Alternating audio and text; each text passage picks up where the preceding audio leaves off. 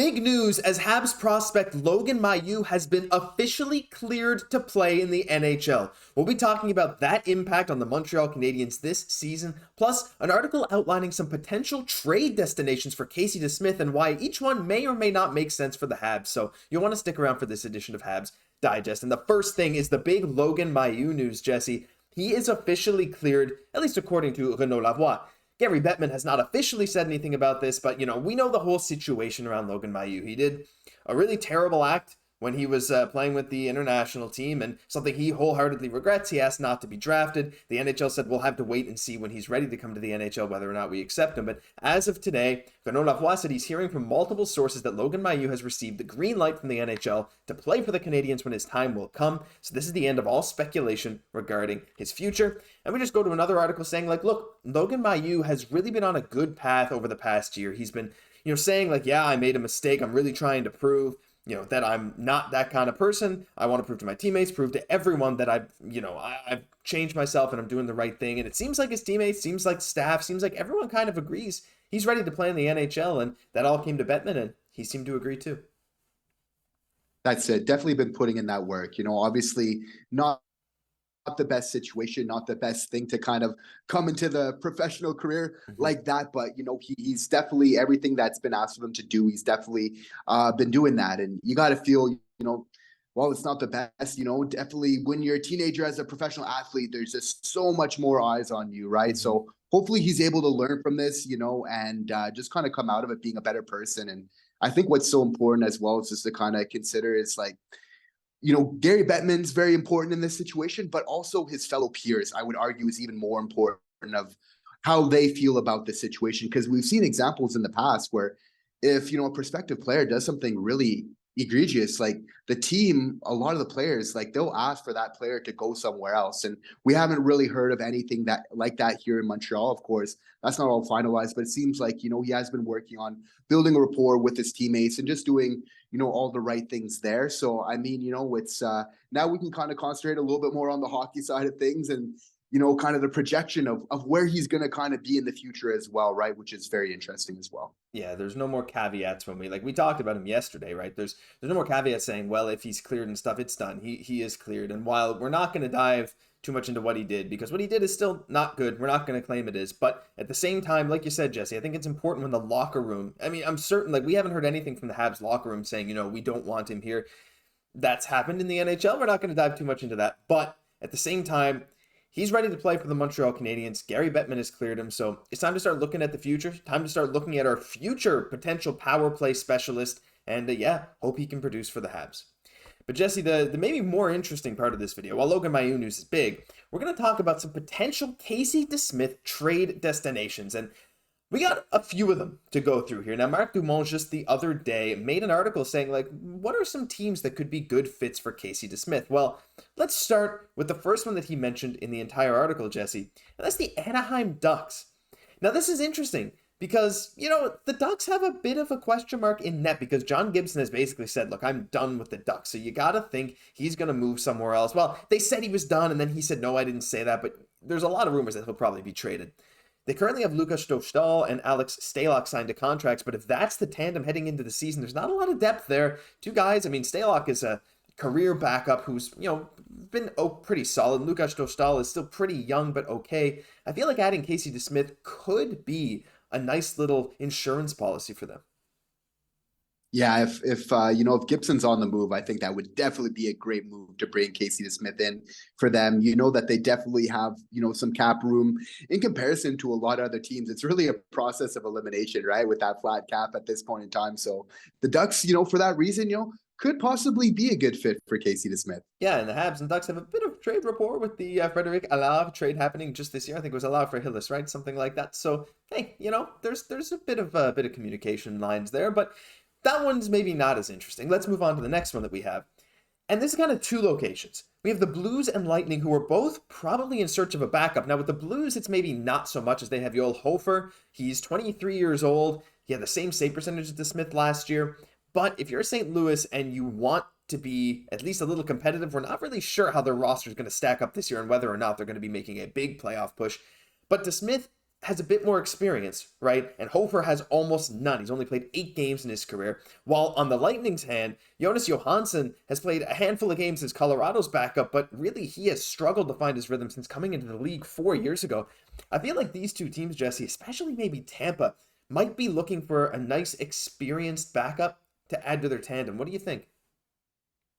It's true. The way that the NHL is nowadays is both of your goalies need to be able to play. Even though Tampa has an amazing goalkeeper in Vasilevsky, you still need a good backup that can play a good amount of games, right? So you got to feel like Casey DeSmith would be an upgrade over what they have as well. At the same time, like you got to feel like Tampa's still wants to compete. I mean, why not, right? They still have a great roster, even though they might be on the downswing a little bit. But I mean, you have to feel from them. Like I feel like he possibly could be a good fit. If you're Tampa, you got to feel like you still got a good chance of this, and you want to give yourself all the best options. I feel like Casey would probably help with that. Yeah, and why not, right? I mean, Tampa's still going to try and contend. They still got Stamkos, they still got Point, they still got Kucherov. They're still in that window, and they just extended Brandon Hagel. So why not go after a nice veteran goalie? Now, he's $2 million, something that we're not really sure if Tampa can afford, but we're never sure that Tampa can afford anything, and they always find a way. So who knows? Next one, Jesse, and this one to me might be the most interesting.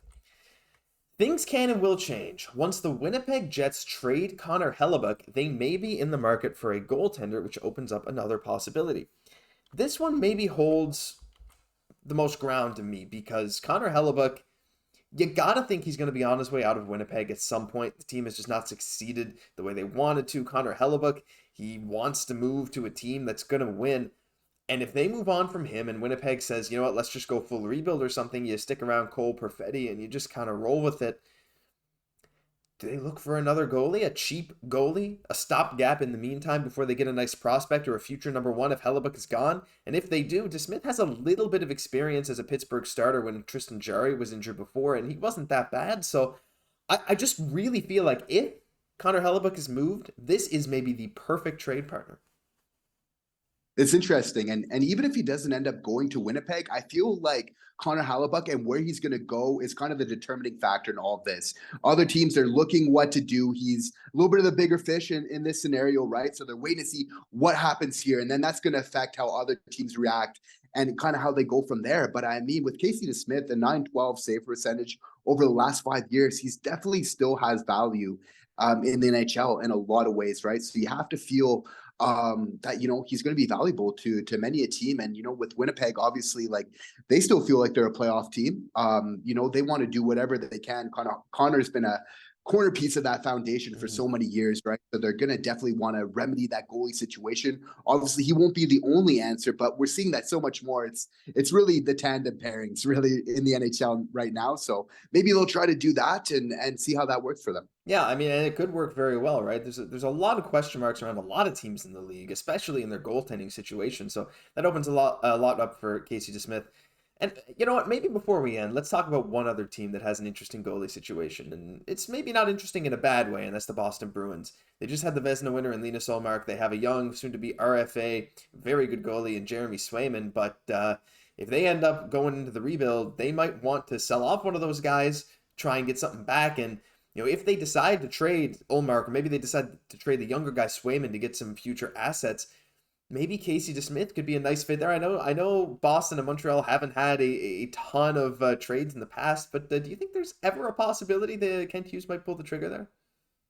Absolutely. It's Kent Hughes that we're talking about. I haven't ruled out the possibility of him packaging Casey DeSmith, our backup right now, probably our 3C, to kind of get that 1A sort of goaltender, right? Mm-hmm. So I could see a world where he's trying to do that because that is still something that we need to do for the Habs. Obviously, it's not at the top of the list, but it's something very important. We still need that solid 1A, person in nets there. So honestly, I'm thinking of some packages here, and I'm wondering, like, if you're the GM for the Habs, are you offering Josh Anderson and Casey DeSmith for Jeremy Swayman? If I'm the GM of the Habs, yeah, of course I am, right? I'm taking it. Look, I'm a big Jeremy Swayman fan, and I understand it's 1 year and then he goes into RFA, but in the NHL, like, you're probably going to keep that player, right? They don't sign offer sheets very often, and I feel like the rights to Jeremy Swayman, if Boston really wants to go I feel like there's a bit of an interesting thing there, because if Boston wants to go all in, they might not want to trade Swayman, but then again, maybe they'll just rock with Ullmark if they really just want another final cup run. So you know what? I mean, it's not that crazy. I think Boston would ask for a lot more if they're getting rid of Jeremy Swayman just because of his numbers, even though he was kind of a backup or at least a kind of 1B. But I mean, if I'm the Habs, I'm offering that, and yeah, I'd take that in a heartbeat to have our future maybe 1A goalie. That'll do it for this. Oh, sorry. Well, look, we're at the end of the video. It doesn't matter. Just give me your thoughts. Give me your thoughts on that.